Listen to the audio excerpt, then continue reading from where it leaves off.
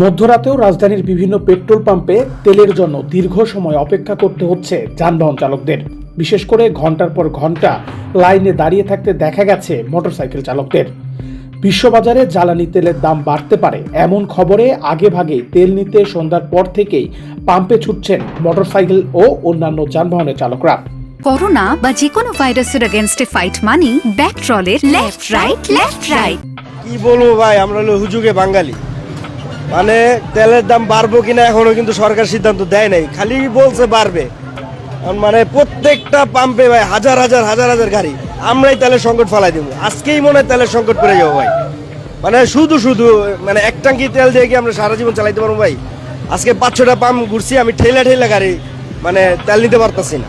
হাজার এই পাম্পে একটু কম পাইছি, এখন এই যে সিরিয়াল ধইরা আধা ঘন্টা পরে মানে তেল নিতে আসি, তাও আমি 200 টাকার বেশি তেল নিবো না। আপনারা দেখতে পারেন 4-5টা পাম্প ঘুরছি, বিজয় সরণি ঘুরছি, তারপর মোহাম্মদপুরের এই যে ইয়ার ঘুরছি, একটু তেল ছিল আমার এই জায়গায় হিসাব বন্ধ হয়ে গেছে। এখন আমি ঠেলা এখন তেল ভরতেছি। এই সন্ধ্যা পেরিয়ে মধ্যরাত হলেও অনেক পাম্পে দীর্ঘ লাইনে দাঁড়িয়ে থাকতে দেখা গেছে চালকদের। কোথাও আবার সরবরাহ সংকটের অভিযোগও করছেন তারা।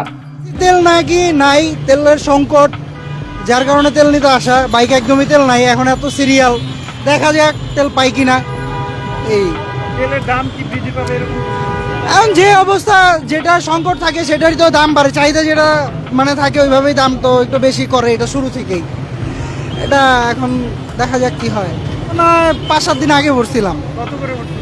তখন হচ্ছে 120 করে ছিল অকটেন।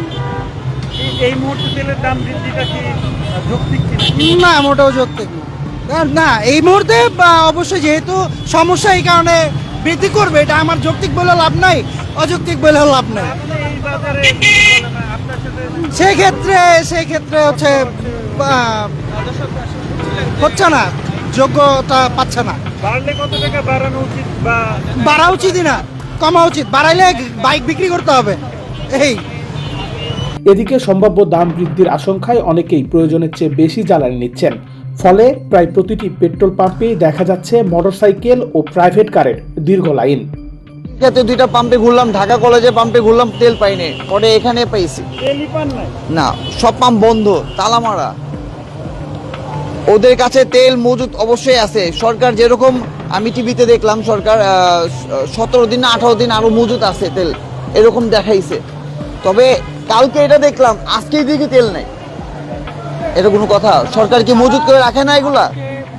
তেলের দাম তো অবশ্যই বাড়াবে, এই জন্যই তো মনে হয় তেল বন্ধ করে দিছে। তেল সবার কাছে আছে তেল, এটা তো সবাই জানে। আমরা কি এতই বোকা? আমরা কি বুঝি না এগুলো? দাম বাড়ার আশঙ্কা ও সরবরাহ সংকটের গুঞ্জনে রাতের বেলাও রাজধানীর পেট্রোল পাম্পগুলোতে তৈরি হয়েছে অস্থিরতা। দ্রুত সরবরাহ স্বাভাবিক করার দাবি জানিয়েছেন চালকরা। নেহাল আহমেদ প্রান্ত, বাংলাদেশ প্রতিদিন।